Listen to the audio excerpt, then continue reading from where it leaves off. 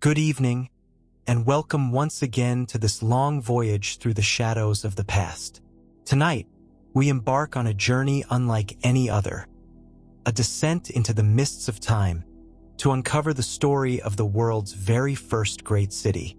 Not Athens, not Rome, not even Babylon, but a place far older, whose memory still lingers in broken clay tablets and half-buried ruins beneath the desert sands. Its name is Uruk, a name both simple and monumental.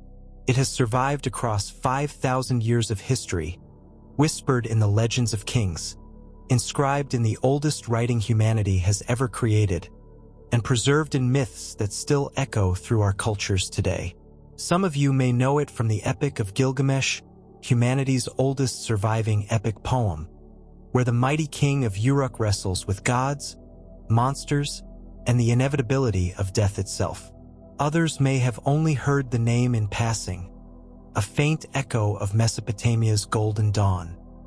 But tonight, over the course of several hours, we will give Uruk its full due. We will linger in its streets, wander its temple courtyards, and listen to the voices of its kings and its craftsmen.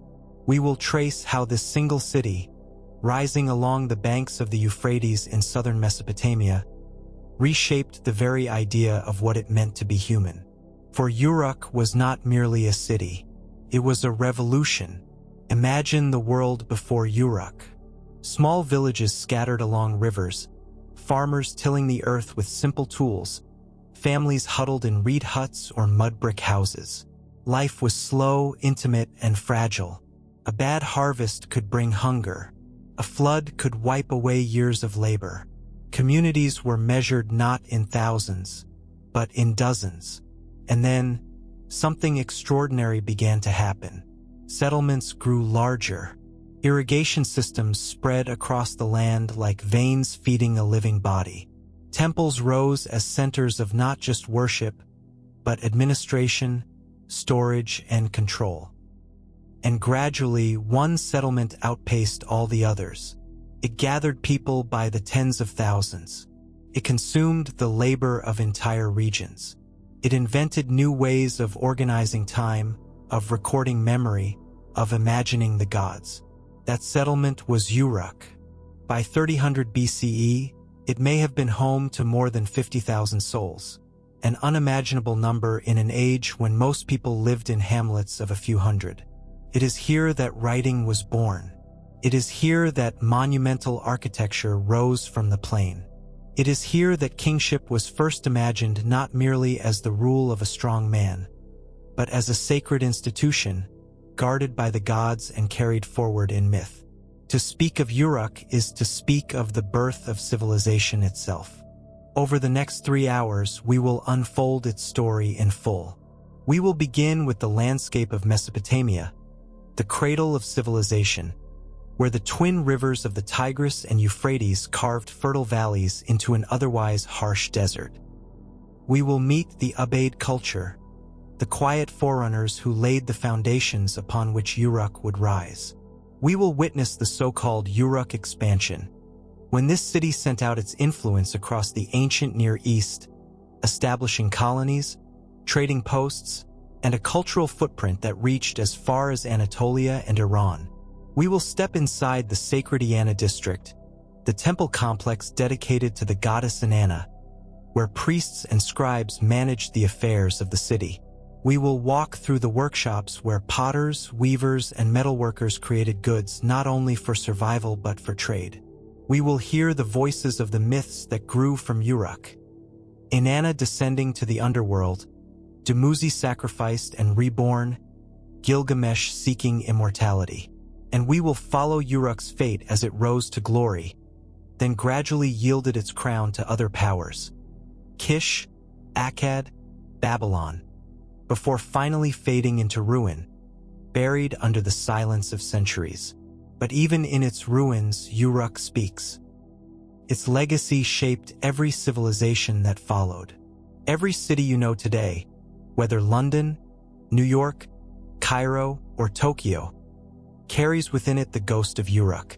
The idea of urban life, of thousands of strangers bound together not by blood but by law, ritual, and shared infrastructure, began here.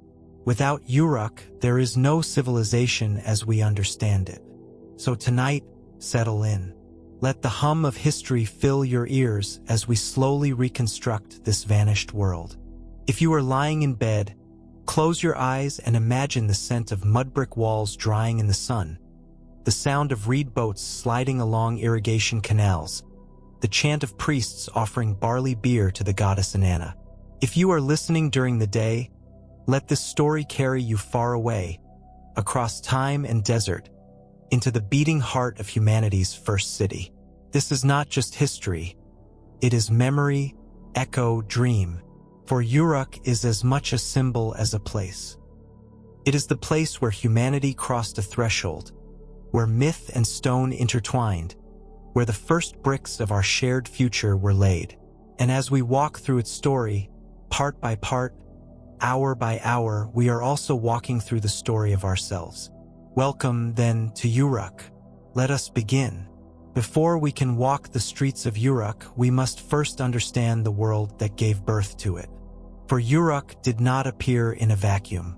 It rose out of a landscape both fragile and fertile, a place where the forces of nature and human ingenuity collided to create something utterly new.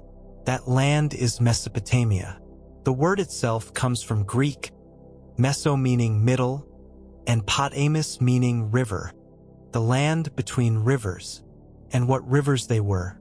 The Tigris and the Euphrates, two mighty waterways flowing from the mountains of Anatolia down into the flat plains of what is now Iraq.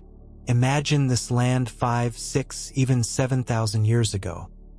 To the north, rolling hills and grasslands, where rainfall nourished fields naturally.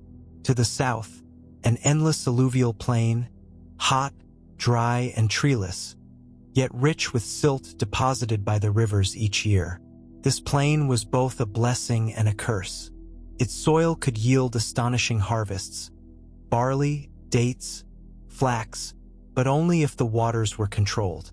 Too little irrigation, and the land dried into dust. Too much, and fields drowned in floods. It was here, in this delicate balance, that the earliest farmers learned to bend nature to their will. We must pause for a moment and reflect on what this meant. For hundreds of thousands of years, human beings had lived as hunters and gatherers, moving with the seasons, following herds, gathering fruits and roots wherever they could. Around 10,000 BCE, that began to change. Across the world, in different regions, people began to cultivate plants and domesticate animals. In Mesopotamia, this transformation happened early and with great success. By 600 BCE, small villages dotted the northern plains. People grew wheat and barley. They kept goats and sheep, animals whose milk, wool, and meat provided sustenance. They built simple mud brick houses, clustered together in family groups. These villages were small, but they marked the beginning of something profound: the shift from survival to settlement, from wandering to permanence. But it was in the south, in the harsh, flat expanse of Lower Mesopotamia, that the true revolution took place. Here, rain was scarce. To survive, people developed irrigation, canals that carried water from the rivers into their fields. This was not the work of one family or even one village. It required coordination, cooperation, and planning across entire communities. The rivers demanded organization. And so, from the mud of Mesopotamia, the first experiments in collective governance, in shared labor, and in central authority began. The earliest of these southern cultures is known to us as the Ubaid culture. It flourished from around 5000 BCE.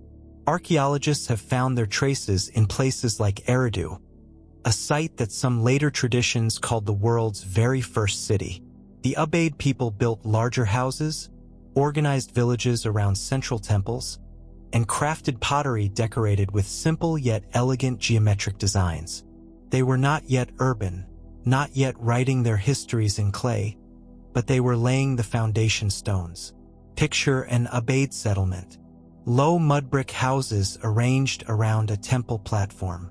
Farmers guiding water through narrow canals into their fields. Fishermen casting nets into the rivers, while shepherds tended flocks on the edge of the marshlands. In the temple, priests managed the surplus, jars of grain, baskets of dates, traded goods like obsidian or shells from distant lands. These temples were more than religious centers. They were the first storehouses, the first administrative hubs, the beating heart of communal life.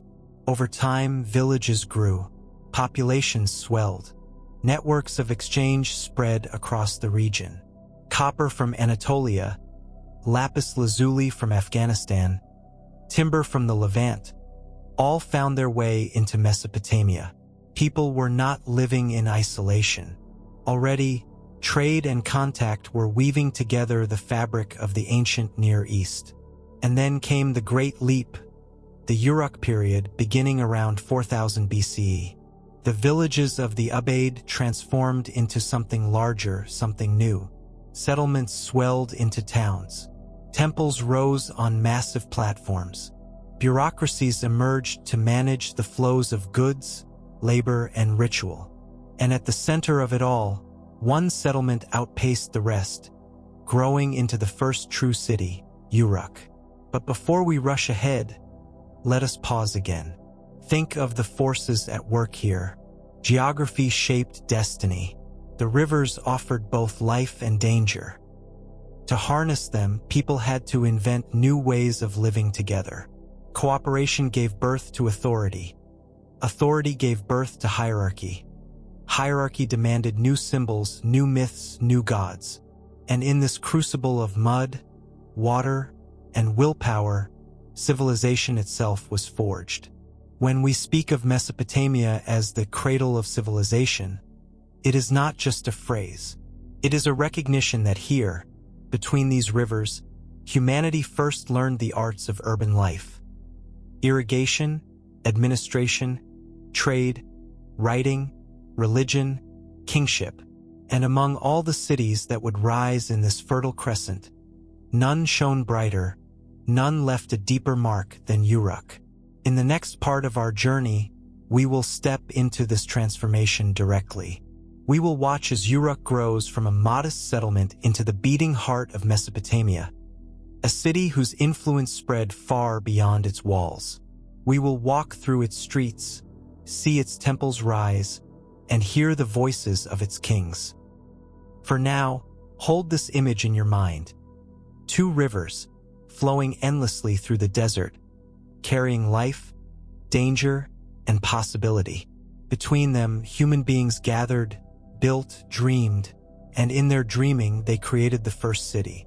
To understand Uruk, we must begin small, with the fragile cluster of reed huts and mud brick houses that once stood along the banks of the Euphrates thousands of years ago.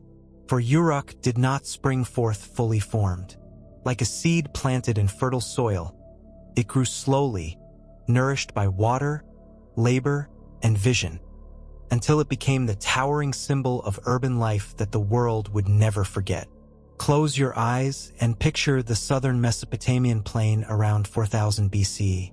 The horizon is wide and flat, broken only by the shimmering line of the river and the distant haze of reed beds swaying in the marshes. The sun beats hot upon the land.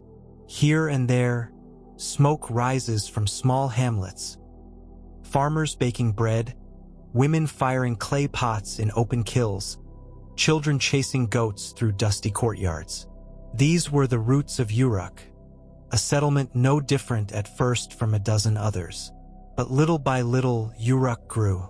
Archaeologists call this the Uruk period, spanning roughly 4000 to 3100 BCE.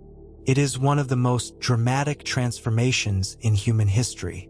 Over the course of 1,000 years, Uruk expanded from a modest village into a sprawling metropolis of tens of thousands of people, the first true city in human history. How did this happen? The answer lies in three forces: agriculture, administration, and belief. First, the land itself. Southern Mesopotamia was a paradox. Barren without water, yet astonishingly fertile when irrigated. Uruk's farmers dug canals from the Euphrates, branching into fields where barley, dates, and flax grew in abundance. These canals were not small ditches carved by one family. They were vast communal projects, requiring coordination among hundreds, even thousands of workers. With water came food, with food came surplus, and with surplus came population growth. Each harvest filled storage jars higher than the last. Barley not only fed the people but was brewed into beer, a staple of Mesopotamian life. Date palms lined the canals, their fruit sweet and nourishing, their trunks providing timber. Herds of sheep and goats grazed along the marshes, their wool spun into textiles. Fishing boats glided through the reeds, catching carp and catfish. Uruk's abundance was no accident, it was engineered. But abundance alone does not create a city. It must be managed, and here Uruk's genius shone. To oversee irrigation, distribute rations, and collect offerings, the people turned to centralized authority. At the heart of Uruk stood the temple complex, the Inanna precinct, dedicated to the goddess Inanna. Its priests did not merely pray. They counted, stored, recorded. They received harvests into their granaries, redistributed food to laborers, and coordinated the workforce that dug canals and built walls. Imagine stepping into one of these early temples. The air is cool, heavy with incense. Clay tablets line the shelves, each marked with simple impressions, the first steps toward writing. Tokens shaped like sheep or jars stand ready for tallying goods. Scribes, bent over moist clay, record transactions with reed styluses. This was no simple shrine. It was the beating administrative heart of Uruk, where economy and spirituality merged. From this system came the world's first bureaucracy. And bureaucracy, though it may sound dull to our ears, was revolutionary. It allowed Uruk to grow beyond the limits of kinship and personal memory. No longer did one man need to know every face in the community. Records remembered for him. Clay tablets carried obligations across time. Numbers, not blood ties, bound the city together. And yet, numbers alone could not inspire the loyalty of thousands. For that, belief was necessary. Uruk's identity was inseparable from its gods, especially the radiant and fearsome Inanna, goddess of love, war, and fertility. Her temple was not just a building. It was the axis around which the city revolved. To labor on the canals, to bring grain to the storehouses, to offer prayers and sacrifices. All was done in her name. The people of Uruk did not separate the sacred from the practical. To dig a canal was to serve Inanna. To bring fish to the temple was to honor her. To drink barley beer at a festival was to partake in her abundance. Through her, the city became more than a collection of houses and fields. It became a community bound by myth, ritual, and divine order. As the centuries passed, Uruk's population swelled. Archaeologists estimate that by 3300 BCE, it may have reached 40,000 or even 50,000 people, numbers that dwarfed any other settlement of the time. The city sprawled across hundreds of hectares, surrounded by walls attributed in later tradition to King Gilgamesh himself. Its districts bustled with craftsmen, potters firing mass-produced vessels, weavers creating fine textiles, metalworkers hammering copper into tools and ornaments. Uruk's influence spread far beyond its walls. Across Mesopotamia and beyond, archaeologists have found Uruk colonies, outposts where Uruk's pottery, tools, and administrative practices appear, from northern Syria to western Iran. This is known as the Uruk expansion. It was not an empire in the later sense, but a network of trade and influence. Uruk exported goods, ideas, and above all, its model of urban life. Let us pause and imagine a day in Uruk at its height. The morning sun rises over the Euphrates, painting the mud brick walls golden. Farmers lead donkeys laden with barley toward the temple granaries. Women spin wool in courtyards, their chatter mixing with the cries of children. Scribes sit cross-legged, impressing reeds into clay. At the market, traders offer dried fish, woven baskets, polished beads of lapis lazuli brought from distant lands. In the temple, priests chant hymns to Inanna, their voices echoing off high brick walls. Laborers carry baskets of clay to builders, who raise platforms ever higher, layer upon layer, until the temple looms over the city like a mountain of man-made stone. In the evening, drums beat as beer flows. The people gather for a festival, honoring their goddess with dance and song, their voices rising into the night sky. This was Uruk, alive, bustling, ordered, sacred. A city where humanity itself seemed reborn in new form. When we step back, we see the transformation clearly. A village became a town became a city, and in that city, something unprecedented took shape. Organized religion, centralized administration, monumental architecture, trade networks spanning hundreds of miles, and, as we shall see, the birth of writing.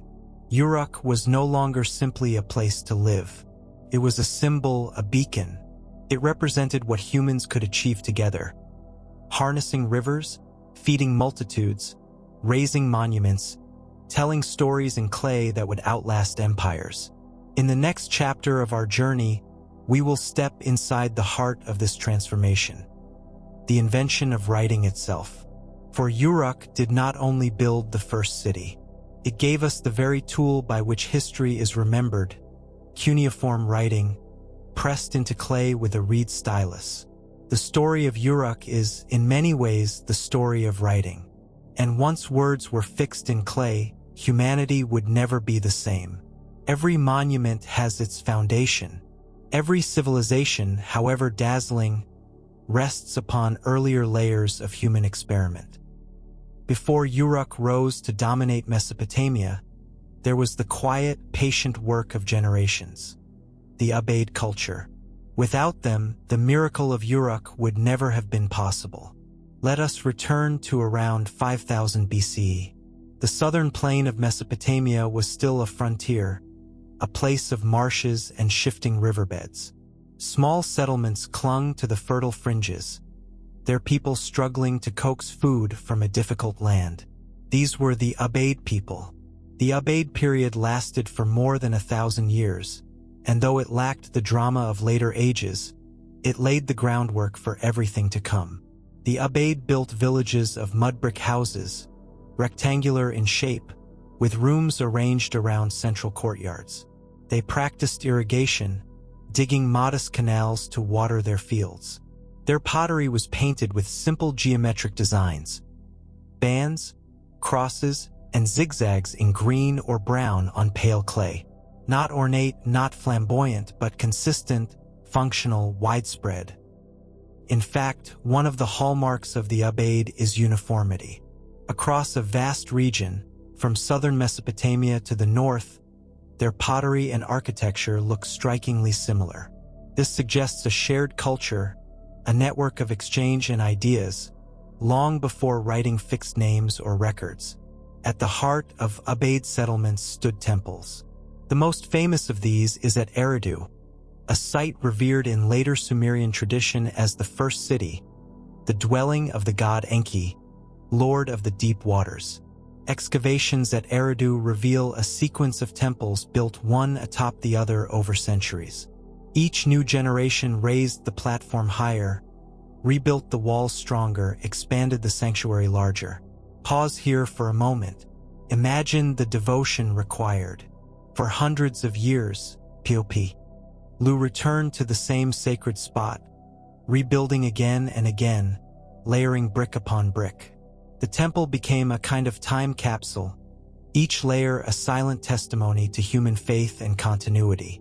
This persistence was not just about religion. The temple was the storehouse, the meeting hall, the administrative center. Priests oversaw the distribution of grain and fish, coordinated canal labor, and safeguarded offerings. The temple was the beating heart of the community, and in its rhythms we see the early pulse of what would later beat in Uruk. The Ubaid world was still small. Villages might hold a few hundred people, perhaps 1,000 at most. Yet within these small communities, hierarchies began to emerge. Larger houses suggest families of higher status. The temple priests managing resources held both spiritual and economic power. Already, the seeds of inequality were sown. Some families wielding more influence, others dependent on temple distributions. And yet, this hierarchy also enabled larger projects.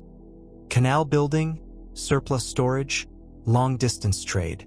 Without it, Uruk's leap into urban scale would have been impossible. By around 4000 BCE, the Ubaid culture was giving way to something new, what archaeologists call the early Uruk phase. Settlements grew larger.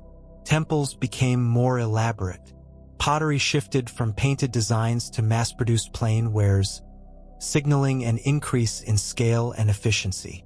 Tools of copper began to appear alongside stone, ushering in new possibilities for farming and craft. Uruk itself was already expanding. Excavations show that by the early Uruk phase, it was much larger than neighboring villages. Its temples were vast, its population swelling. Something was stirring here, a momentum that would soon make Uruk the unrivaled center of the region. Let us pause to imagine daily life in this transitional time. The morning begins before dawn. Farmers rise and lead oxen to the fields, where simple wooden plows break the soil. Women carry jars of water from the canals, balancing them on their hips. Children chase each other among reed huts, their laughter echoing over the flat plain. By midday, the sun blazes. In the courtyards, women grind grain on stone querns, their rhythmic motions producing flour for bread. Potters shape clay into bowls and jars, stacking them in kilns. Fishermen return from the marshes with baskets of carp, glistening in the light. As evening falls, the community gathers near the temple. Priests light fires, offering incense to the gods.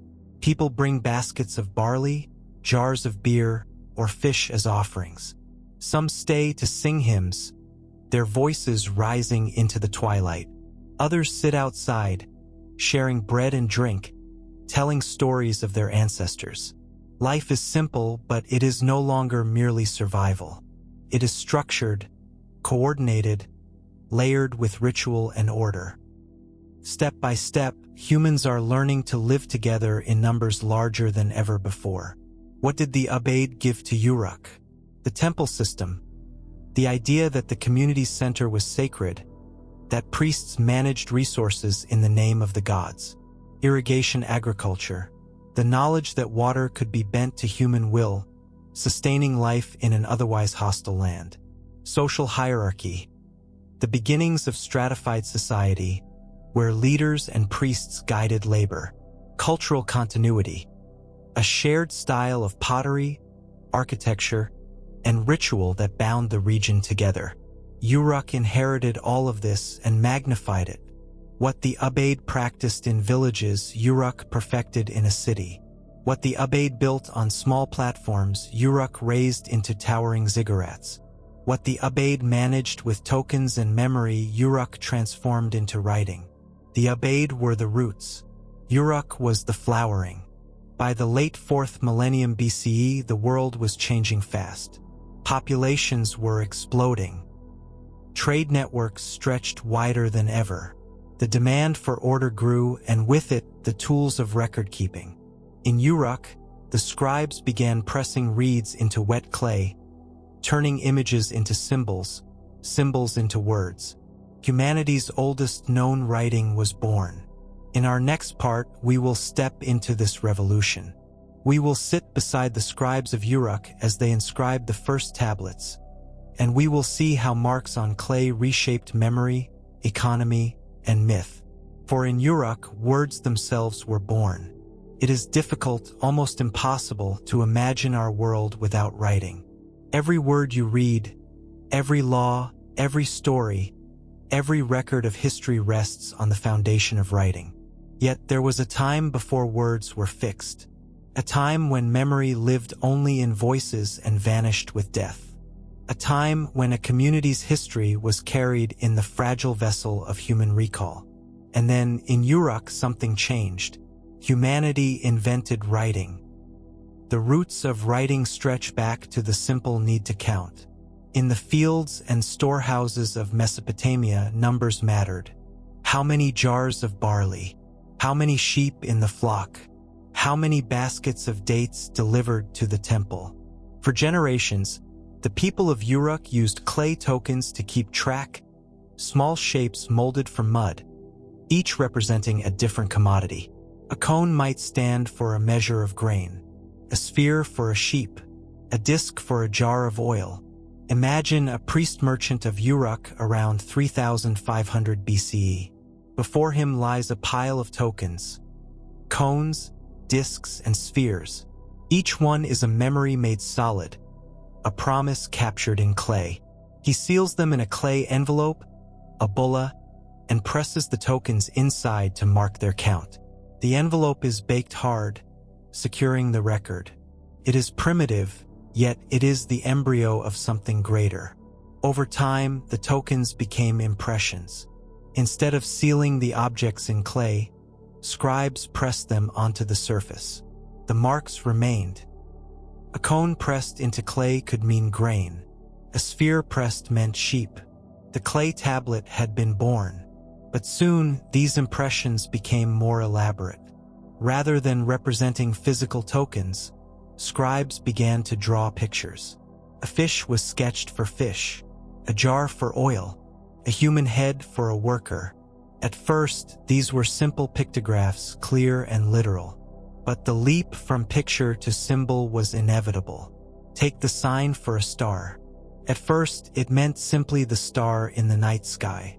But in Mesopotamian thought, the star was also a god. And so the sign could also mean divinity. In this way, symbols multiplied, meanings expanded, and the clay tablets began to speak.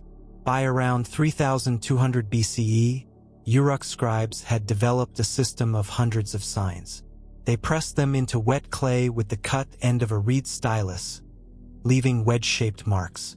From these wedges came the name cuneiform, wedge-shaped writing. The earliest tablets from Uruk are not poems or myths.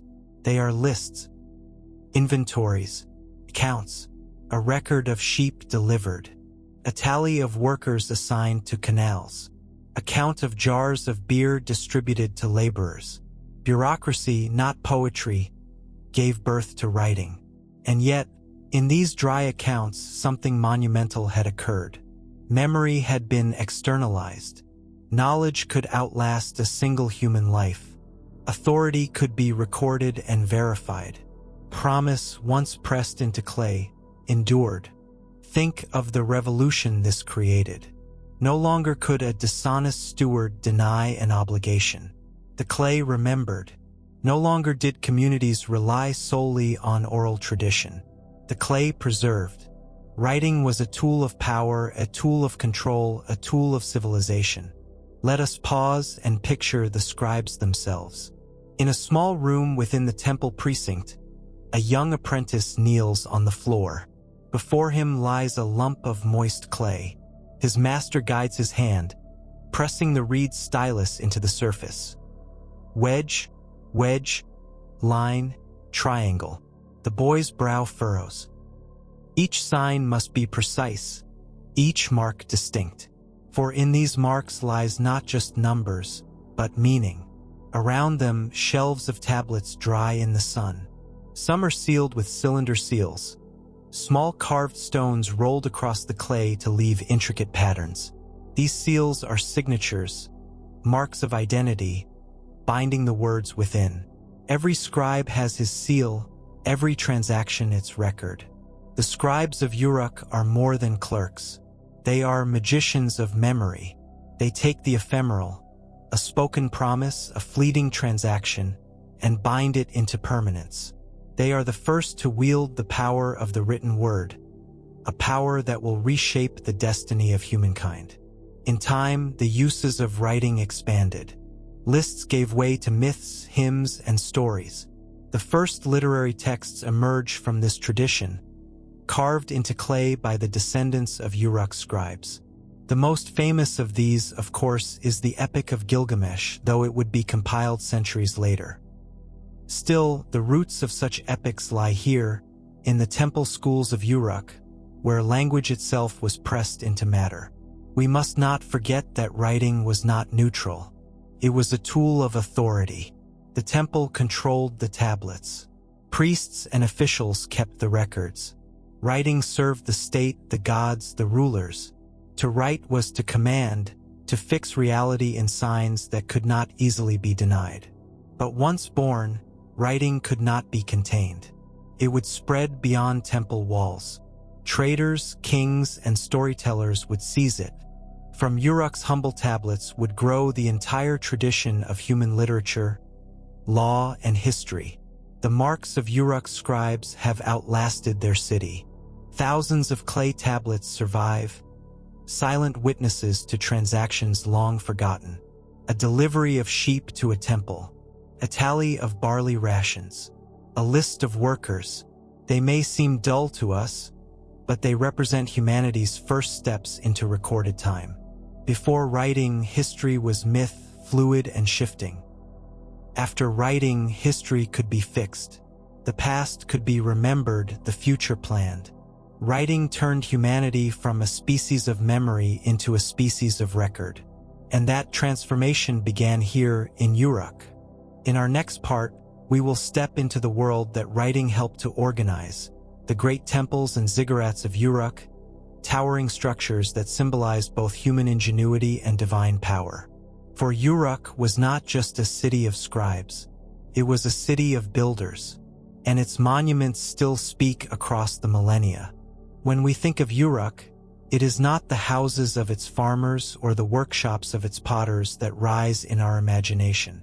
It is the temples, massive, imposing, layered like mountains of brick upon brick, standing as the physical embodiment of the city's devotion to its gods. To walk into Uruk was to feel the presence of the divine looming over every street, every courtyard, every canal. At the center of Uruk stood not one, but two great sacred precincts. The first was the Inanna district, dedicated to the goddess Inanna, queen of heaven, goddess of love and war, patroness of the city.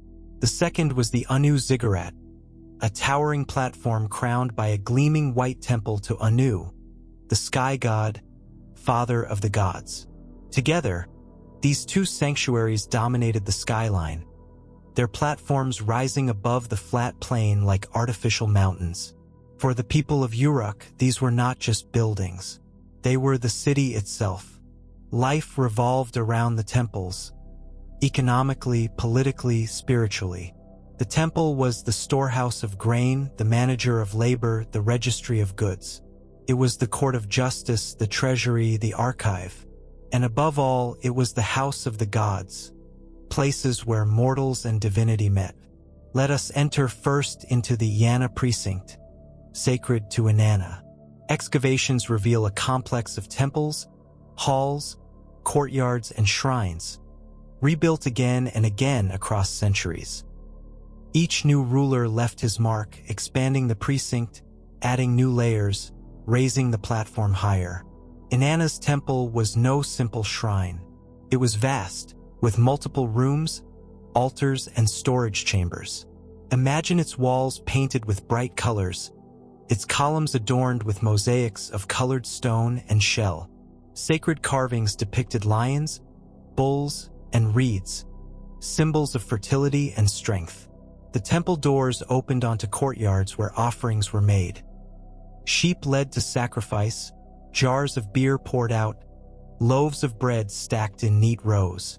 Priests and priestesses of Inanna moved through these halls, tending the sacred fires, chanting hymns, interpreting omens. To serve in Inanna's temple was to wield enormous power, for through them, the goddess's will was known. Through them, the city was bound in ritual, and Inanna was no gentle goddess. She was fierce, unpredictable, embodying both passion and war. Her temple reflected this duality, a place of fertility and abundance, but also of authority and awe. The people of Uruk looked to her not only for blessings, but for protection and legitimacy. She was the heart of their city. If Inanna's precinct was the heart of Uruk, the Anu ziggurat was its crown. Rising on a massive platform, this was one of the earliest true ziggurats, a stepped, terrace structure that lifted the temple toward the sky. Picture it. Layer upon layer of sun-baked brick, rising higher than any other structure in the land. Atop it stood a shining white temple, visible for miles across the plain. To approach it was to climb upward, step by step, leaving the dust of the city behind, ascending toward the heavens. The temple itself was simple in form but immense in symbolism. Dedicated to Anu, the great sky god, it represented the axis between earth and heaven.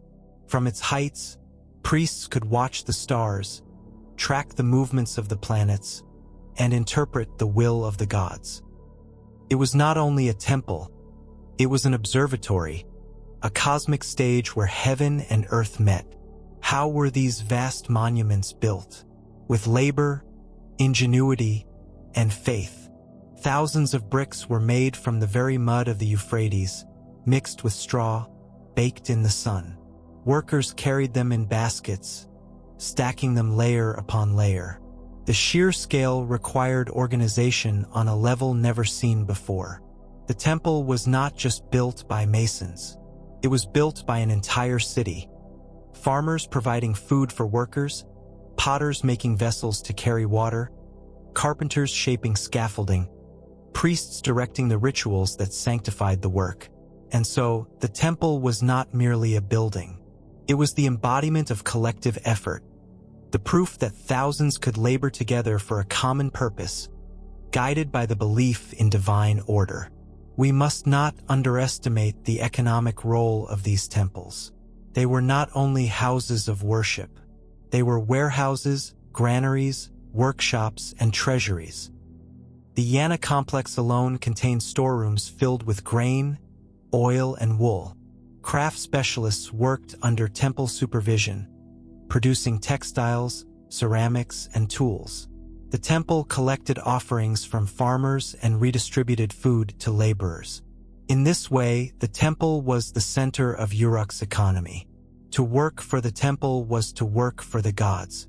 To receive rations from the temple was to receive life itself. The priests and administrators who managed these flows of goods held immense power. And through writing, invented to keep temple accounts, they ensured nothing was forgotten. But the temples were more than administration. They were the stage of ritual. Throughout the year, Uruk celebrated great festivals. When the people gathered in the precincts, bringing offerings, singing hymns, drinking beer, and watching sacred processions. One of the most important was the sacred marriage, a ritual in which the king of Uruk symbolically united with Inanna, represented by a high priestess. Through this act, the fertility of the land and the legitimacy of the king were renewed. It was a moment when myth and politics intertwined, when the survival of the city itself was performed in ritual drama. Imagine the scene: torches blazing, drums pounding, chants rising as the king enters the temple. Priests recite hymns of Inanna's passion and power. The people watch, knowing that in this ritual their future harvests, their city's strength, their very lives are being secured. The temple was not just stone and brick. It was the living body of Uruk's faith. To later generations, these temples and ziggurats became the very symbols of civilization. When the Bible speaks of the Tower of Babel, it is likely recalling the ziggurats of Mesopotamia, born first here in Uruk. When Greek historians marveled at Babylon, they were seeing echoes of Uruk's earlier grandeur. The idea that a city was defined by its temple, that civilization itself meant raising a mountain of brick toward the sky, began here. We have walked through the courtyards of Inanna, climbed the steps of Anu's ziggurat, and seen the heart of Uruk's sacred architecture. These temples were not just monuments. They were the axis of the city's life, binding economy, politics, and religion into one. But Uruk was not only a city of priests. It was also a city of trade, reaching far beyond the Mesopotamian plain. In our next part, we will follow Uruk's merchants and emissaries as they carry goods, ideas, and symbols across the ancient Near East, spreading the influence of the world's first city in what scholars call the Uruk expansion. Uruk was more than a city. It was a force, an idea, a pattern of life so powerful that it radiated outward across the ancient Near East. In its heyday between 3600 and 3100 BCE, Uruk's influence stretched far beyond the banks of the Euphrates, leaving traces in distant lands, carried on trade routes, and planted in colonies that bore the stamp of its culture. This era is known to historians as the Uruk expansion, and it represents the first time in history that an urban civilization projected itself outward, shaping regions hundreds of miles away. To trace the expansion of Uruk is to watch the blueprint of civilization itself spreading across the map. Why did Uruk reach beyond its plain? The answer lies in both abundance and need. The land of southern Mesopotamia was rich in soil but poor in resources.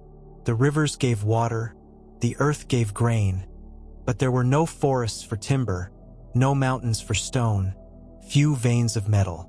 A great city could not rise on barley alone. It needed wood for building, stone for tools, copper for weapons, precious materials for offerings to the gods. And so Uruk turned outward. Its merchants and emissaries set out along rivers, across deserts, over mountains, seeking what their homeland lacked.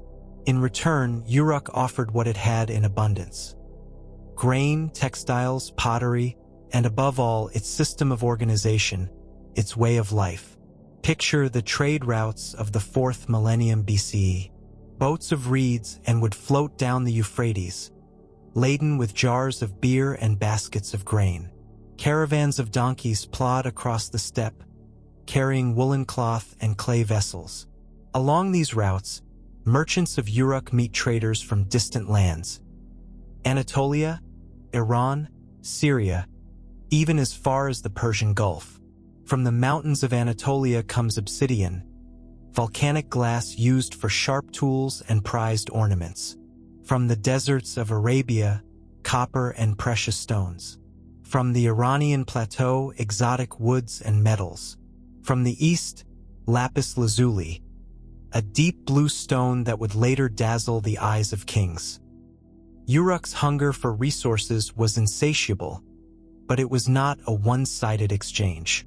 The goods of Mesopotamia, textiles, beer, foodstuffs, flowed outward, sustaining and enriching distant communities.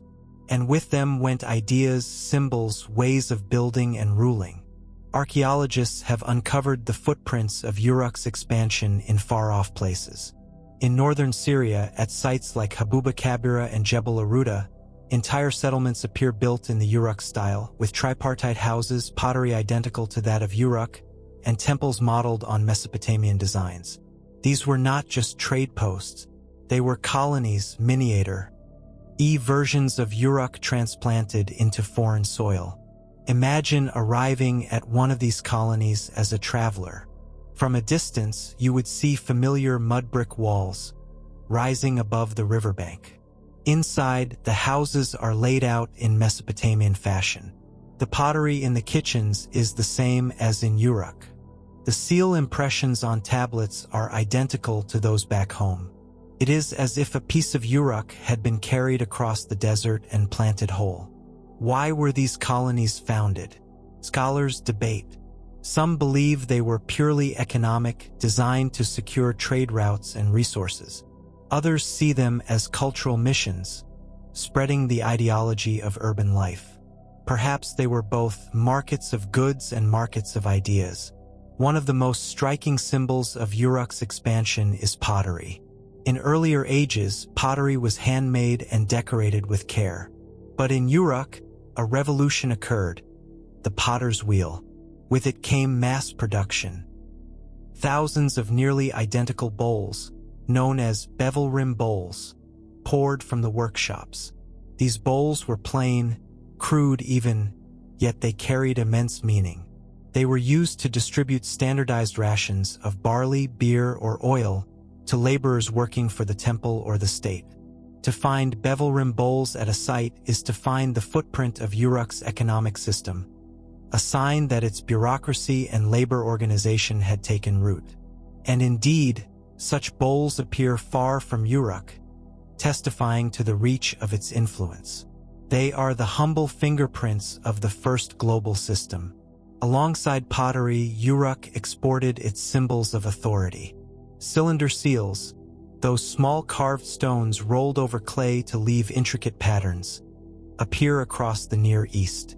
Their designs show processions of gods, kings, and animals in the distinctive style of Uruk.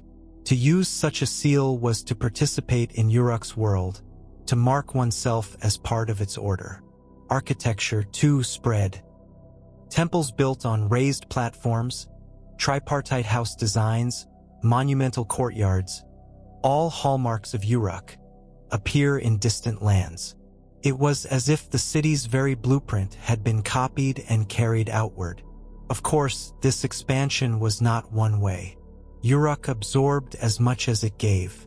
From the highlands came new stones and metals. From the coasts, new ideas.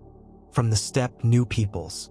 The edges of Uruk's world were porous, shifting, alive with exchange. This was the dawn of internationalism, long before the word existed. Was Uruk an empire? In the strict sense, no. It did not march armies across continents to conquer and rule. But in another sense, yes. It was an empire of culture, economy, and influence. It spread not by force of arms, but by the power of trade, organization, and belief. Its colonies, its pottery, its seals, its temples. These were the instruments of its dominion. By the end of the 4th millennium BCE, the world around Uruk had changed. Distant lands bore its imprint. Trade routes pulsed with goods. Colonies dotted the map. And within the city itself, prosperity swelled. Uruk stood at the center of a network unlike anything seen before. A network that foreshadowed the empires of Egypt, Assyria, and Rome. But this expansion also brought strain. Distant outposts could not always be sustained. The balance between trade and local autonomy was fragile. And as Uruk spread, it encountered resistance, friction, and eventually decline. For now, though, let us remember Uruk at its height. A city whose influence stretched across the ancient Near East, whose pottery and seals marked distant settlements, whose ideas reshaped the world. In our next part, we will turn from the outward reach of Uruk to the inward life of its people. What was it like to live inside the world's first great city? How did its farmers, craftsmen, priests, and kings experience daily life? Let us walk the streets of Uruk and see the lives behind the walls. To understand Uruk, we must do more than trace its temples and its trade. We must walk its streets. We must hear the voices of its people. For Uruk was not only a place of gods and kings. It was a living, breathing city, filled with farmers, craftsmen, traders, priests, laborers, and children. Let us step inside the walls of Uruk around 3200 BCE, when the city stood at the height of its power. The sun rises over the flat plain. The air is already warm, carrying the smell of clay, smoke, and bread. Before us stretches a city unlike any the world had ever seen. Uruk sprawls across more than 1,000 acres, surrounded by massive walls later attributed to the legendary king Gilgamesh. Within those walls, neighborhoods spread like a patchwork quilt. Mud brick houses cluster along narrow lanes. Courtyards open to the sky, where families gather to cook and work. Canals run through the city, carrying water to fields and workshops. At the heart of the city loom the great temples, the Inanna precinct of Inanna and the Anu ziggurat, towering above the rooftops. They dominate the skyline, visible from every quarter, constant reminders that the city belongs to the gods. The population of Uruk may have reached 50,000 or more, an astonishing number for its time. But who were these thousands of souls? Farmers formed the backbone of the city. Though many lived outside the walls, their work sustained Uruk. They tended fields of barley and flax, date groves and vegetable gardens, driving irrigation water into furrows. Their surplus fed the city's workers, priests, and craftsmen. Craftsmen and artisans filled the workshops. Potters shaped bevel-rim bowls by the thousands. Weavers spun wool into textiles, some coarse for rations, others fine for trade. Metal workers hammered copper into tools and ornaments. Carpenters built boats and carts. Each craft was part of the city's economic machine. Scribes worked in temple schools, learning to press wedge-shaped signs into clay. They tallied goods, recorded labor, and managed offerings. Theirs was a privileged role, for they held the keys to the new world of writing. Priests and priestesses performed rituals in the temples, oversaw sacrifices, and interpreted omens. They managed the temple estates, vast lands, herds, and workshops. Their authority extended into every corner of life, for to serve the gods was to govern the city. Laborers toiled on the great projects, digging canals, hauling bricks, raising platforms. They were fed by temple rations, measured in bowls of barley and beer. Their lives were hard, but their work built the monuments that defined Uruk. Merchants and traders carried goods along river and road, connecting Uruk to distant lands. Some brought copper from Oman, others timber from the north, others exotic stones from Iran. They were the lifeblood of Uruk's expansion. And finally, children filled the courtyards and streets, playing with clay figurines, chasing each other among the alleys, learning the rhythms of city life. In their laughter, we hear the continuity of a society that knew it was building something greater than itself. What was a typical day like in Uruk? At dawn, farmers outside the city lead their animals to the fields, while inside the walls, women stoke hearths and bake flatbread on clay griddles. Smoke curls from chimneys, filling the air with the scent of grain.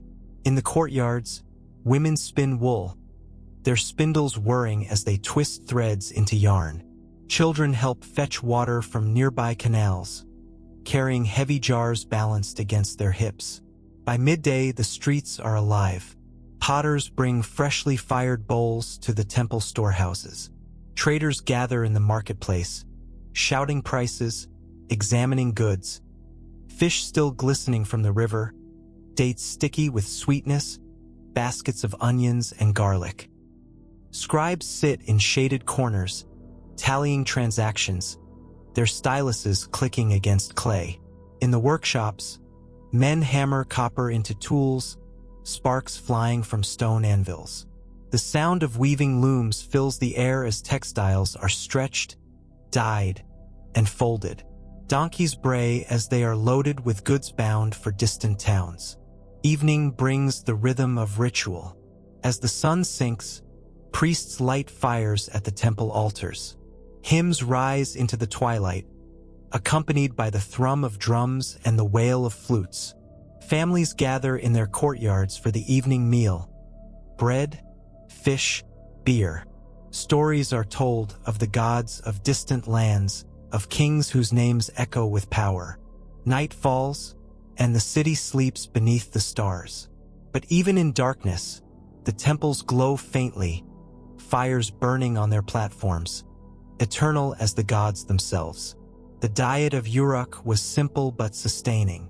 Barley was the staple, eaten as bread or porridge, and brewed into beer, the drink of the people. Beer was thick, nourishing, and often drunk through straws to avoid sediment. Dates provided sweetness and energy, while fish from the rivers added protein. Meat was rarer, reserved for feasts or sacrifices, though sheep and goats supplied milk and cheese. Meals were communal, taken in courtyards or at festivals. Food was both sustenance and ritual. To eat bread and drink beer was to share in the bounty of the gods. The houses of Uruk were modest, built of mud brick, arranged around central courtyards. Families cooked, ate, and worked in these open spaces, while inner rooms provided storage and sleeping areas. Roofs were flat, used for drying grain or sleeping under the stars in hot weather. Extended families lived together, bound by kinship but also by the larger identity of the city. Life was communal, interwoven, without the privacy we take for granted today. Work in Uruk was tied to the temple economy. Laborers were assigned tasks, digging canals, carrying bricks, tending flocks, and in return they received rations. The bevel rim bowl, so common in Uruk, was the measure of this system, a standardized portion of grain or beer given to each worker. This system bound the people to the temple. The gods provided through their priests, and the people labored in return. It was both economy and theology, survival and faith intertwined. Yet life in Uruk was not all toil. The city pulsed with festivals, moments when work paused and joy overflowed. Music, dance, and feasting filled the streets. Beer flowed, drums thundered, and stories of the gods were enacted in ritual drama. The sacred marriage of Inanna and her king was one such festival, renewing fertility and order. But there were others: harvest celebrations, rites of the new year, processions of statues through the streets. In these moments, the people of Uruk felt themselves united, bound together not only by labor but by joy. Step back, and the picture is astonishing. In Uruk, we see the first urban society. Tens of thousands of people living together, working together, worshiping together. Farmers, craftsmen, priests, traders, and rulers, bound not by blood but by the structures of city life. Uruk was the great experiment, and it worked. For centuries, it thrived, laying down patterns that cities across the world would follow. Markets, workshops, temples, festivals. These are the bones and breath of urban life, and they were first knit together here. We have walked the streets of Uruk, tasted its bread, heard its music, seen its rituals. But Uruk was not only daily life. It was also a city of myth, where gods and kings walked side by side, where stories of love, war, and immortality were first told. In our next part, we will turn from the daily lives of the people to the myths and epics of Uruk. Tales of Inanna, Dumuzi, and Gilgamesh, stories that have echoed across 5,000 years. A city is more than walls and canals. It is more than grain in the storehouse or seals pressed into clay. A city is also imagination, the stories it tells about itself, the gods it honors, the heroes it remembers. And in Uruk, those stories were vast, luminous, and enduring. Here, myth and memory intertwine so deeply that it is impossible to separate them. In the streets of Uruk walked both mortals and gods. On its walls, kings wrestled with monsters. In its temples, love and death were enacted as eternal dramas. These myths were not idle tales. They were the heartbeat of the city, shaping its identity, sanctifying its rulers, and inspiring its people. At the center of Uruk's mythology stood Inanna, radiant and terrifying, the goddess of love, war, fertility, and kingship. No other deity embodied so many contradictions. She was the giver of abundance and the bringer of destruction, the lover who seduced and the warrior who conquered. In Uruk's hymns, Inanna was called Queen of Heaven, her power shining like the morning star. She ruled the Inanna temple, the very heart of the city. To serve Inanna was to serve Uruk itself. Her myths tell of passion and conflict. In one tale, she descends into the underworld, stripped of her garments and power, slain and hung on a hook, only to rise again, triumphant. This story, echoing with themes of death and rebirth, may have mirrored the cycles of nature, the withering of crops and their renewal each year. But for Uruk, it was also a tale of resilience, of the goddess who could not be overcome. Inanna was not a gentle mother goddess. She was fierce, unpredictable, demanding. To love her was to risk destruction, yet to resist her was to court ruin. The people of Uruk lived in her shadow, awed by her beauty, fearful of her wrath. Linked to Inanna was her lover Dumuzi, the shepherd god. Where Inanna embodied passion and force, Dumuzi represented fertility, growth, and the rhythms of pastoral life. Their union was central to Uruk's rituals. Each year, during the sacred marriage festival, the king of Uruk symbolically joined with Inanna, taking the role of Dumuzi. Through this union, the fertility of the land was renewed, the harvest assured, the order of the cosmos reaffirmed. It was not mere ceremony. It was the reenactment of myth itself, binding city, king, and goddess in a cycle of love and life. But the myths of Dumuzi are also tragic. In the story of Inanna's descent, Dumuzi is chosen as her replacement in the underworld. Demons drag him down, and he is forced to spend part of the year below, while his sister takes his place for the rest. Through his suffering, the cycles of the seasons were explained: death and renewal, absence and return. For the people of Uruk, Dumuzi's fate was their own. His loss was the withering of the fields. His return was the greening of the land. His bond with Inanna was the bond between heaven and earth, between passion and survival. If Inanna and Dumuzi were the divine heart of Uruk, Gilgamesh was its mortal face.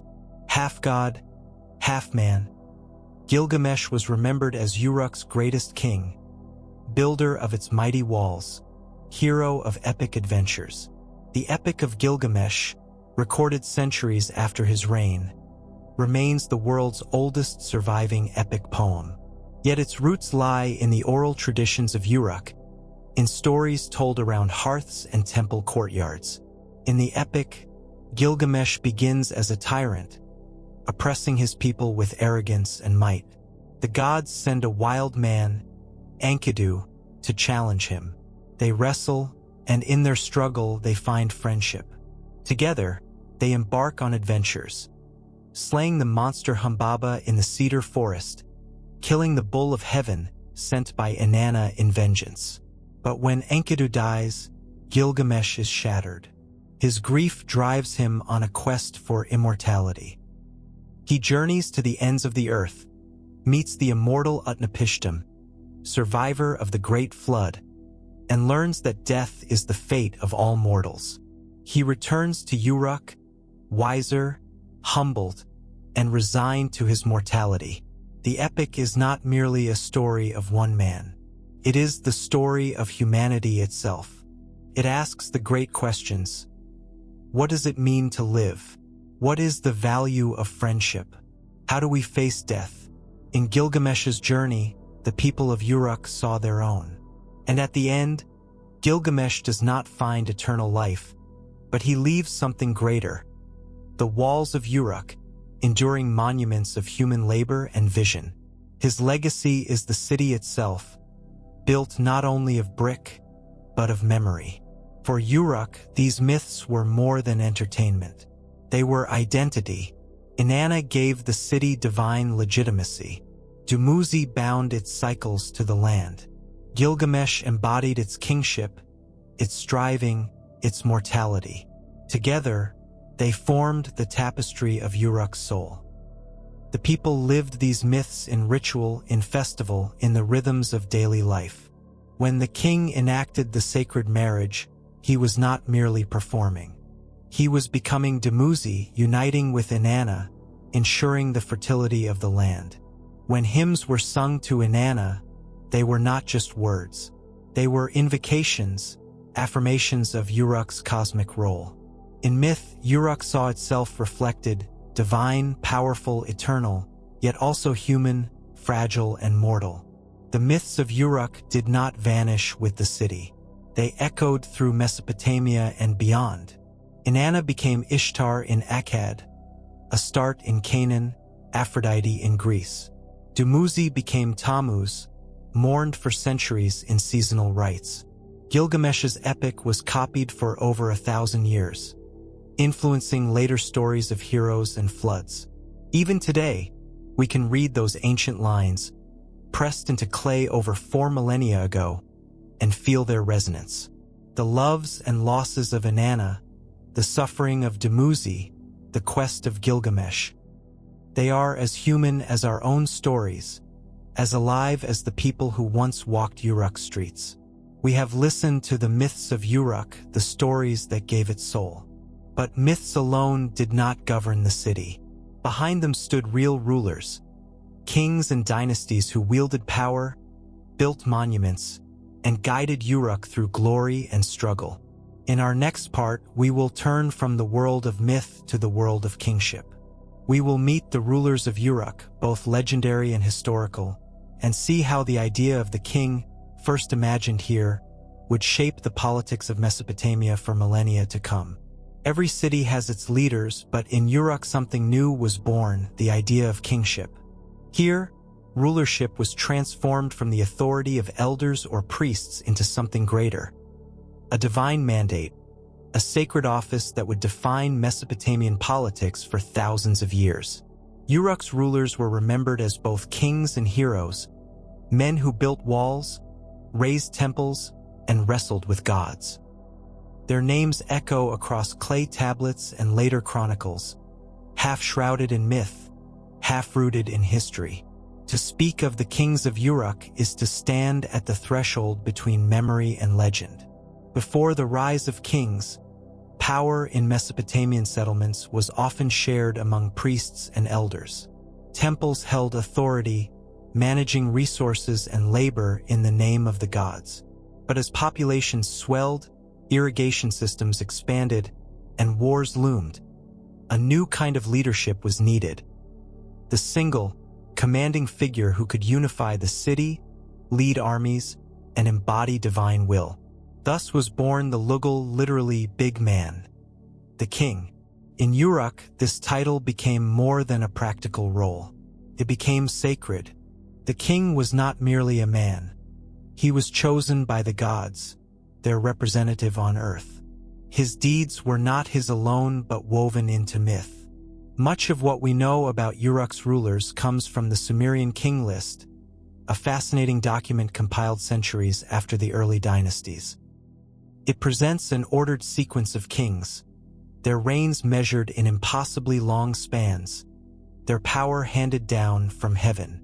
The king list blends myth and history seamlessly. It tells us that before the Great Flood, kingship was held in other cities, but afterward it descended to Uruk. Whether literal or symbolic, this claim placed Uruk at the center of legitimacy. His kings were not just rulers of a city, they were rulers of civilization. Among the earliest legendary kings of Uruk are Enmerkar and Lugalbanda. Enmerkar is remembered in myths as a great builder and warrior. He is said to have founded Uruk's monumental structures, including temples to Inanna. In the tale of Enmerkar and the Lord of Aratta, he wages a contest of wit and endurance against a rival ruler from a distant, mountainous land rich in stone and metals. Through the use of cunning, magic, and the support of Inanna, Enmerkar triumphs. The story reflects Uruk's expansionist ambitions and its hunger for resources from abroad. Lugalbanda, his successor, is remembered as both king and hero. Myths tell of his journeys into the mountains, his encounters with wild beasts, his endurance of trials that tested his strength and cunning. Later traditions even make him the father of Gilgamesh, binding the legendary bloodline of Uruk into one great narrative. Both Inmerkur and Lugalbanda embody the fusion of myth and rulership. They were remembered not simply as men who governed, but as figures who straddled the line between mortal and divine, conqueror and priest. The greatest of Uruk's kings, and perhaps the most famous king of antiquity, was Gilgamesh. Though centuries separate the historical figure, if one existed, from the epic traditions, Gilgamesh became the archetypal ruler, mighty, flawed, searching. Later texts attribute to him the building of Uruk's great walls, the very structures that define the city. As we have seen in the Epic of Gilgamesh, he was remembered not only for his deeds but for his quest for meaning. His story is both deeply personal and profoundly political. It reflects the anxiety of kingship, the weight of responsibility, the burden of mortality, the search for legacy. For the people of Uruk, to invoke Gilgamesh was to invoke their city's greatness, its walls, its temples, its mythic destiny. Beyond myth, archaeology and records point to rulers of the first dynasty of Uruk, around the early 3rd millennium BCE. Names like Meshkion-Gashur and Inshakashana appear in later texts. Inshakashana, in particular, seems to have extended Uruk's influence over other cities, claiming the title of King of Sumer. These rulers lived in a time when the city-states of Mesopotamia were competing fiercely. Kish, Uar, Lagash, and others rose as rivals. Kingship became not only a sacred duty but a prize contested through war and diplomacy. Uruk's rulers were among the first to wield this office, setting the stage for centuries of dynastic struggle. One of the king's primary roles in Uruk was as builder. Kingship was measured not only in victories but in monuments. To build a temple, to repair a wall, to expand the city's defenses, these were acts of devotion and legitimacy. The walls of Uruk, stretching miles around the city, were themselves a symbol of kingship. Later generations attributed them to Gilgamesh, but they likely represent the work of many rulers over centuries.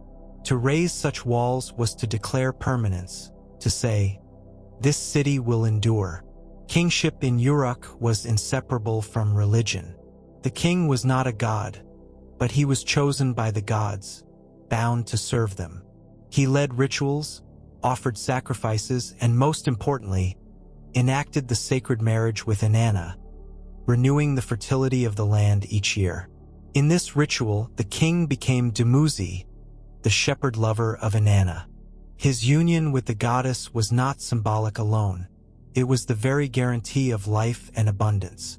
Kingship was, in essence, a sacred office blending politics and theology into one. The kings of Uruk, whether legendary or historical, left behind more than walls and myths.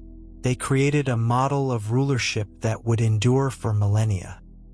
In later Mesopotamia, from Akkad to Babylon, kingship was always divine, always linked to the gods, always measured in building and conquest. The idea that the ruler was both servant of the gods and protector of the people. This was Uruk's gift to the world. Uruk's kings taught humanity to see rulership as destiny, authority as sacred, and legacy as eternal. We have met the rulers of Uruk, from Inmerkur and Lugalbanda to Gilgamesh and Inshakashana. They embody both the mythic and the historical, binding together imagination and power. But kingship was never easy. Uruk's rulers faced rivals, wars, and shifting alliances. In the next part, we will step into the world of conflict and diplomacy, where Uruk contended with neighboring cities, forging the first political landscape of Mesopotamia. Civilization does not rise in isolation. For every city that grows strong, there are neighbors watching, some as allies, others as rivals.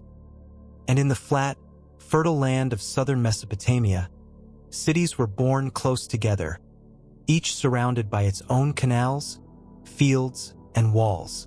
Uruk was the greatest of these cities, but it was never alone. Around it rose other centers of power: Kish, Uar, Lagash, Umma, Eridu. Each claimed its own patron deity, its own temple, its own traditions. Together, they formed a patchwork of city-states, a new political landscape unlike anything the world had seen before. In this landscape, Uruk had to contend not only with the demands of its gods and people but also with the ambitions of its neighbors. Diplomacy and conflict were constant, shaping the destinies of these early states.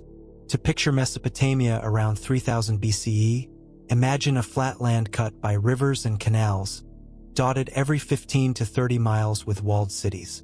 Each city was an island of power, surrounded by farmland, with smaller villages tied to its authority. Each city-state was ruled by its own Lugul, its king. Each king served a patron deity. Inanna in Ur, Ningirsu in Lagash, Enlil in Nippur, Inanna in Uruk. To challenge a city was not only to fight its people but to defy its god. This patchwork created a dynamic of both cooperation and competition. Cities traded with one another, exchanged brides, and shared irrigation systems. But they also quarreled over land, water, and prestige. In this crucible, the first recorded wars were fought. Among Uruk's greatest rivals was Kish, located to the north. Kish was often remembered in tradition as the first city to establish kingship after the Great Flood. To hold the kingship of Kish was to hold a special legitimacy, a claim that one ruled not just a city but all of Sumer. Uruk and Kish clashed repeatedly for dominance. At times, rulers of Uruk claimed victory, boasting of defeating Kish and taking its throne. At other times, Kish held sway, and its kings asserted supremacy over the south. This rivalry defined much of early Mesopotamian politics, setting the stage for the idea of regional hegemony. To the southeast of Uruk, other rivalries erupted. The cities of Lagash and Umma fought bitterly over fertile fields along their shared border. These disputes, recorded in inscriptions centuries later, reveal the intensity of competition in early Sumer. Canals diverted, boundary stones toppled, armies clashing in the fields. These were the struggles of city-states pressed close together. Though Uruk was not always directly involved in the Lagash-Umma wars, the conflicts illustrate the world Uruk inhabited. A world where cooperation was fragile, where every field of barley and every drop of water mattered, where kings made war in the name of gods and canals alike. Not all contests were fought with spears and chariots. Diplomacy, too, played its role. Kings of Uruk may have sealed alliances with neighboring rulers through marriage, sending daughters to foreign courts or receiving brides from afar. These unions were not merely personal but political, binding cities together in fragile ties of kinship. Envoys traveled along dusty roads, carrying gifts of textiles, grain, and precious objects. Their messages, inscribed on clay tablets, declared friendship or warned of war. Already, the diplomacy of kings had begun, cautious, ceremonial, and fraught with tension. In this system of rival cities, one stood apart: Nippur, sacred to the god Enlil. Nippur was not the largest city, nor the most powerful militarily, but it held enormous religious prestige. To be acknowledged at Nippur, to make offerings at the temple of Enlil, was to gain legitimacy in the eyes of all Sumer. Uruk's kings, like those of other cities, sought Enlil's blessing. They traveled to Nippur, offered sacrifices, and claimed the god's support. In this way, religion and politics intertwined. A king who held both military strength and divine approval could hope to dominate the Sumerian plain. We must remember that in this world, war was not purely material. It was sacred. When Uruk marched against Kish or Lagash, it was not simply to seize fields but to prove the might of its god. Soldiers went into battle under divine banners. Priests performed rituals before campaigns. Omens were read in the stars. Victory was a sign of divine favor. Defeat was a humiliation not only of the king but of the city's patron deity. This fusion of war and worship gave conflict a cosmic weight. Battles were not merely struggles for survival. They were contests for meaning, for legitimacy, for the favor of heaven. In the centuries after 3000 BCE, the balance of power shifted constantly. At times, Uruk rose to prominence, its kings claiming supremacy. At other times, Kish, Uar, or Lagash held the upper hand. No city could dominate forever, for the system itself was unstable. Too many rivals, too many gods, too many ambitions. Yet out of this turmoil, new ideas were forged. The concept of a king who ruled more than one city. The idea of hegemony over Sumer. The beginnings of empire. All of these were born in the struggles of Uruk and its neighbors. Uruk was not always victorious. His power waxed and waned, challenged by rivals, eroded by wars. But its legacy endured. The very idea of kingship, of diplomacy, of conflict sanctified by the gods. These were its gifts to the world. In our next part, we will explore what became of Uruk in the centuries after its golden age. How did it fare as new powers rose? How did it transform in the early dynastic age, when Sumer became a land of competing city-states, each striving for supremacy? Civilizations rise like waves. They crest in brilliance, then recede, leaving behind traces of their glory. Uruk, the first great city, was no exception.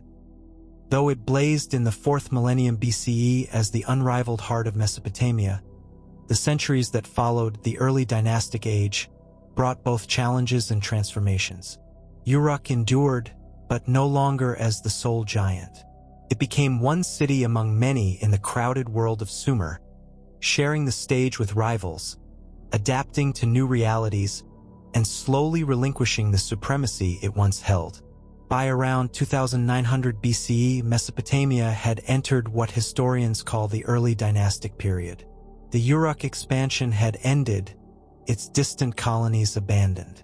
The great wave of outward influence receded, and the focus turned inward, to the rivalry of Sumer's city-states. Uruk still stood as a city of walls, temples, and myths.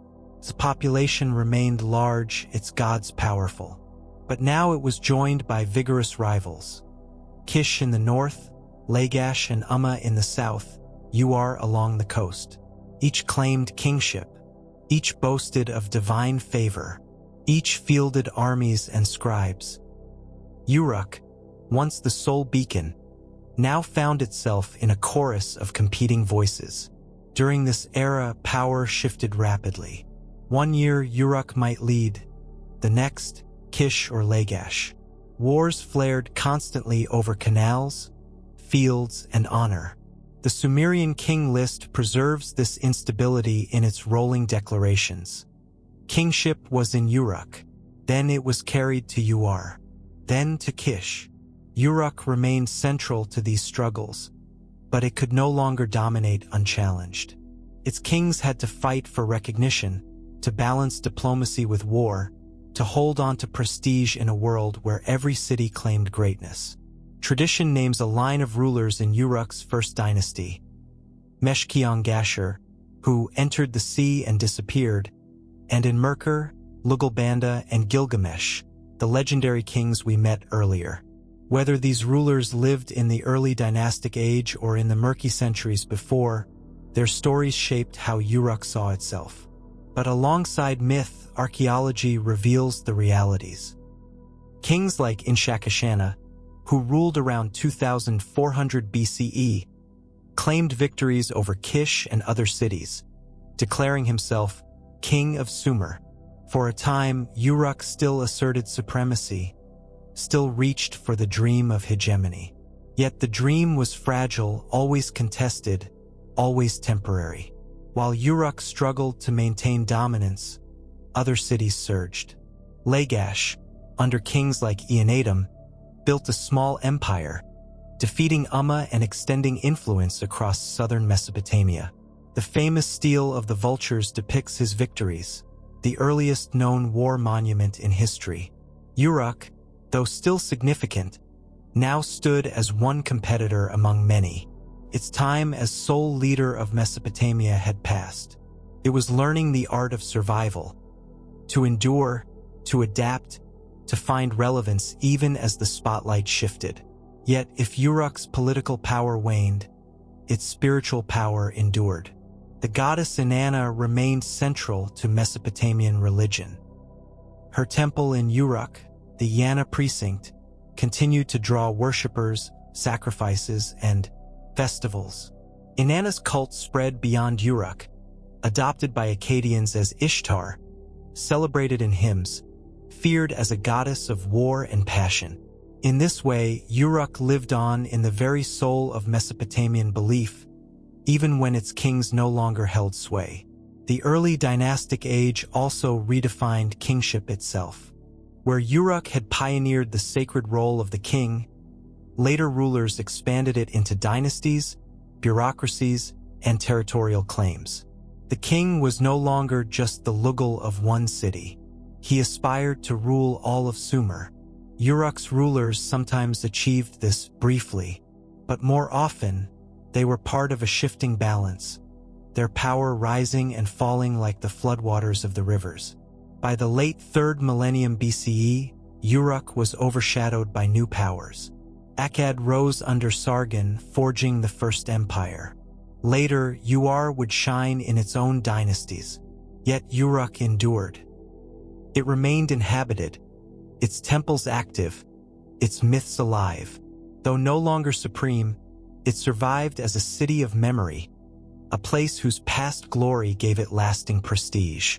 In this way, Uruk entered a new phase, no longer the unrivaled giant, but a venerable elder among Mesopotamian cities, its name a reminder of beginnings.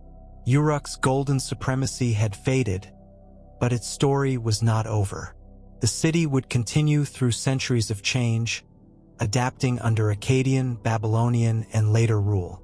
Its myths would echo even when its walls crumbled. In our next part, we will trace Uruk's decline and its lasting legacy. How a city that once ruled the dawn of history faded into ruin, yet left behind ideas and symbols that shaped every civilization to come. Every city has its season. For Uruk, the spring was the Abaid and the dawn of settlement. Its summer was the Uruk period itself, when it towered as the first and greatest of cities. Its autumn was the early dynastic age, when it shared the stage with rivals. And then came winter, long, slow, inevitable. Uruk did not fall in a single cataclysm. It declined gradually, fading over centuries. Yet even as its walls crumbled and its fields fell silent, its memory endured. The shadow of Uruk stretched far across history, long after its glory was gone. By the late 3rd millennium BCE, Uruk had lost its political dominance. The rise of Akkad under Sargon the Great around 2334 BCE reshaped Mesopotamia. Sargon forged the world's first empire, stretching from the Persian Gulf to the Mediterranean. Uruk, once the center of power, became a provincial city within a larger whole. Later, the kings of Ur, especially during the so-called Ur3 dynasty, circa 2100 BCE, overshadowed Uruk even further. Their bureaucracies were vast, their monuments monumental. Uruk remained significant, but no longer decisive. Its rulers no longer claimed kingship of Sumer. The torch had passed. And yet Uruk did not die. Unlike some cities that vanish completely, it endured through wave after wave of change. Akkadians ruled it. Babylonians ruled it. Assyrians ruled it. Each empire incorporated Uruk into its system, for the city still mattered as a sacred place. Even in decline, its temples stood. The Inanna precinct of Inanna remained active, its rituals performed, its priests tending fires. The goddess herself never left. Through all the wars, the dynasties, the empires, Inanna's temple gave Uruk continuity. Part of Uruk's decline was natural. The land of southern Mesopotamia, once fertile, began to suffer from centuries of intensive irrigation. Salt built up in the soil, reducing crop yields. Fields that once fed thousands grew barren. Populations drifted toward other centers, leaving Uruk quieter, thinner, less vital. The Euphrates, too, was fickle. Over centuries, the river shifted its course, leaving Uruk stranded farther from its lifeline of water and trade. The geography that had given birth to Uruk eventually betrayed it. Even as Uruk's political power waned, its memory lived on. Later kings looked back to it with awe. The walls of Uruk, attributed to Gilgamesh, remained legendary. To claim a connection to Uruk was to claim legitimacy, to anchor oneself in the deepest roots of civilization. In scribal schools, the myths of Inanna and Gilgamesh were copied for centuries, their clay tablets preserving stories long after the city itself had quieted. Uruk survived as literature, as myth, as symbol. Uruk remained inhabited for more than 2,000 years after its golden age. In the first millennium BCE, during the time of the Assyrians and Babylonians, it was still a living city, though smaller than in its prime. Archaeological records show temples still active, priests still serving, rituals still performed. But by the time of the Seleucid and Parthian empires, in the centuries after Alexander the Great, Uruk had become a relic. Its temples crumbled, its population dwindled, and finally, sometime in the 1st century CE, it was abandoned. The world's first city lay silent. Yet Uruk never truly disappeared. Its legacy outlived its walls. Urban life. Uruk pioneered the city itself. The idea that thousands of strangers could live together, bound not by kinship but by law, trade, and shared institutions. Every city that followed was, in some way, its descendant. Writing, the cuneiform of Uruk spread across Mesopotamia and beyond, evolving into scripts that preserved history, law, and myth for millennia. Without Uruk, there is no written record, no history as we know it. Kingship. The concept of divine kingship, forged in Uruk, shaped Mesopotamian politics and echoed into later empires. Pharaohs of Egypt, emperors of Rome, all carried shades of the Urukian Lugal. Myth. The stories of Inanna, Dumuzi, and Gilgamesh traveled across time, transformed into Ishtar, Tammuz, Aphrodite, Adonis. Even today, their echoes reach us, in tales of love, death, and the quest for immortality. Uruk's body may have perished, but its soul became part of the human inheritance. When modern archaeologists uncovered the ruins of Uruk, buried under centuries of dust near the town of Uruk in Iraq, they found not just bricks but beginnings. Tablets bearing the earliest writing, temples raised in the first monumental style, pottery mass-produced in the first urban economy. To walk among those ruins is to stand at the birthplace of civilization. Every wall, every shard, every tablet whispers, "This is where it began." Uruk's story of rise and decline is complete. But in one final step, we will return to the present, to the rediscovery of Uruk by modern archaeologists, and reflect on what it means for us today to remember the first city. In the next part, we will journey into the rediscovery of Uruk, how explorers, scholars, and archaeologists brought its story back to light, allowing us once more to walk its streets through imagination and memory. For centuries, Uruk lay buried beneath sand and silence. Its temples crumbled, its canals dried, its walls sank back into the dust of the Mesopotamian plain. Villagers grazed their herds among its ruins, unaware that beneath their feet lay the remains of the world's first city. The name of Uruk survived only as a faint echo in ancient texts, a half-remembered word carried across millennia. And then, in the modern age, the city awoke. Archaeology rediscovered Uruk, brushing away the desert to reveal the birthplace of civilization. What had once been myth became memory once more, brought back into human consciousness by the patient hands of explorers and scholars. For centuries, travelers through Mesopotamia spoke of mysterious mounds dotting the landscape, vast heaps of earth and rubble rising above the plain. Locals called the mound near the town of Uruk simply that Uruk. They did not know that this was the ancient Uruk. The connection began to emerge in the 19th century, when European explorers, driven by curiosity about the lands of the Bible and the classics, began to map and investigate these tells, the layered ruins of ancient cities. They suspected that Uruk was the legendary Uruk mentioned in Mesopotamian texts, the city of Gilgamesh. The true rediscovery came with systematic excavation. In the early 20th century, German archaeologists began large-scale digs at Uruk. Teams led by Julius Jordan and later Arnold Noldeek uncovered monumental structures, the remains of ziggurats, temple complexes, and thousands upon thousands of clay tablets. For the first time in more than 2 millennia, the sacred precincts of Uruk saw light again. Walls of the Inanna district, once dedicated to Inanna, rose from the soil. The great platform of the Anu ziggurat was revealed, still massive despite the passing of ages. These discoveries confirmed what scholars had suspected. Uruk was indeed Uruk, the first city. Perhaps the most astonishing finds were the tablets. In layer after layer, archaeologists uncovered pieces of clay inscribed with the wedge-shaped signs of cuneiform. Some were administrative lists of grain, sheep, and rations. Others bore early pictographs, the first steps toward writing itself. Here, in Uruk's ruins, lay the birth of history. For the first time, scholars could see the transition from simple tokens to written signs.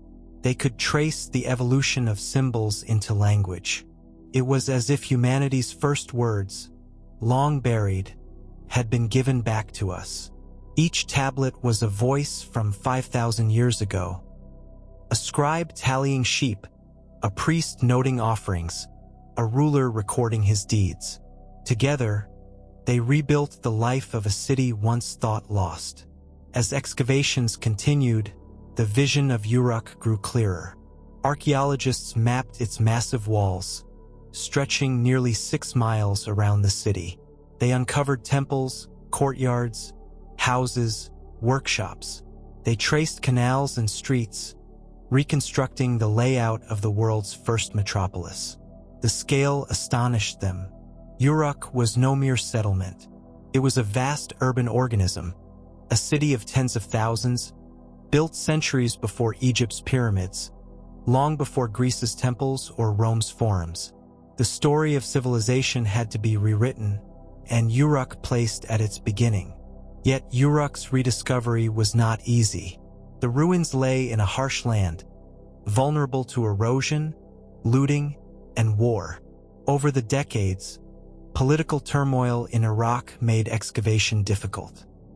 Many tablets and artifacts found their way to museums in Europe, while others were lost to theft or neglect. Still, the work continued. Iraqi archaeologists joined the efforts, preserving what they could, documenting the fragile remains. Today, Uruk is recognized as a UNESCO World Heritage Site, a treasure not only of Iraq but of humanity itself. Even in language, Uruk survives.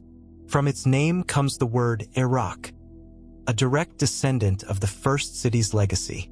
And the word Uruk itself, when spoken, carries the weight of 5 millennia, a reminder of where it all began. Pause and imagine what it must have felt like, standing on that mound in the desert, brushing away the dust to reveal the bricks of Uruk's temples. To hold in one's hands a tablet inscribed 5,000 years ago, the handwriting of the world's first scribe. To look upon walls that Gilgamesh was said to have built. Archaeology is not just science. It is communion. In rediscovering Uruk, we rediscovered ourselves. Our beginnings, our stories, our first steps into history. We have followed Uruk from its birth to its rediscovery, from myth to archaeology. In one final part, we will reflect on what Uruk means today. Why does the story of the first city still matter? What does it teach us about ourselves, about civilization, about the future? In our concluding chapter, we will bring the journey full circle. From the silence of ruins to the heartbeat of memory, from the first city to our own modern world. And so our journey comes to an end. We began in the dawn of time, in the land between two rivers, where farmers dug canals and priests raised temples. We watched a village swell into a town, and a town into something the world had never seen before, a city. We traced its myths and its kings, its trade routes and its temples, its rise to supremacy and its long decline. And we followed it into silence, only to see it reborn in the hands of modern archaeology. This city was Uruk, the first great experiment of humanity. What does it mean to call Uruk the first city? It means that here, for the first time, human beings learned to live together not as kin, not as clan, but as strangers bound by law, ritual, and shared purpose. Here, bureaucracy was invented. Here, writing was born. Here, kingship took shape as a sacred institution. Here, myth and memory wove themselves into the fabric of daily life. Every city that came after Babylon, Athens, Rome, London, New York, carries within it a trace of Uruk. The markets, the temples, the records, the walls, all are echoes of the first design. We are still living in Uruk's blueprint. But Uruk also teaches us about fragility. Its fields, overworked and salted, remind us that human ambition can exhaust the land. The shifting rivers remind us that geography shapes destiny. Its decline reminds us that no city, however mighty, is eternal.